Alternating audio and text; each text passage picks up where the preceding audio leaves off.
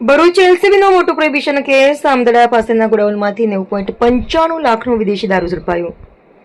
ભરૂચ જિલ્લાના આમદડા ગામ નજીક દહેજ રોડ પર આવેલા ડ્રીમ કોમ્પ્લેક્સના ગોડાઉનમાં લોકલ ક્રાઇમ બ્રાન્ચે દરોડો પાડી ભારતીય બનાવટનો પ્રતિબંધિત વિદેશી દારૂનો મોટો જથ્થો ઝડપી પાડ્યો છે.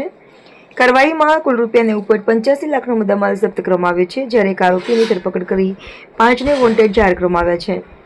જિલ્લામાં પ્રોહિબિશન સંબંધિત ગુનાઓ પર અંકુશ લાવવા માટે ઉચ્ચ અધિકારીઓની સૂચના અનુસાર એલસીબીની ટીમો સતત વોચમાં હતી. દરમિયાન મળેલી બાતમીના આધારે પોલીસ ઇન્સ્પેક્ટર વીપી મલ્હોત્રાના માર્ગદર્શન હેઠળ ટીમે વહેલી સવારે ડ્રીમ કોમ્પ્લેક્સ ખાતે દરોડો પાડ્યો હતો.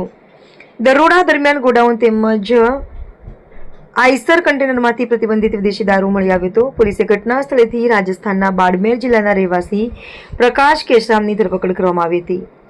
પૂછપરછ દરમિયાન આરોપીએ રાજસ્થાન અને મહેસાણાના અન્ય સાગરીતો સાથે મળી દારૂનો જથ્થો ગોડાઉનમાં સંતાડી રાખી જિલ્લાઓમાં નાના વાહનો મારફતે સપ્લાય કરવાની યોજના હોવાનું કબૂલ્યું હતું.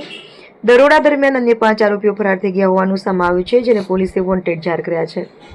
આ કાર્યવાહીમાં પોલીસે રૂપિયા 75.45 લાખનો વિદેશી દારૂ, રૂપિયા 10 લાખનો આઈસર કન્ટેનર, રૂપિયા 5 લાખની હ્યુન્ડાઈ વેરના કાર તેમજ 3 મોબાઈલ ફોન સહિત કુલ રૂપિયા 90.85 લાખનો મુદ્દામાલ જપ્ત કર્યો છે. સમગ્ર મામલે ભરૂચ તાલુકા પોલીસ મથકે પ્રોહિબિશન એક્ટ હેઠળ ગુનો નોંધી વધુ તપાસ હાથ ધરવામાં આવી છે. રિપોર્ટર રવિ સૈયદ.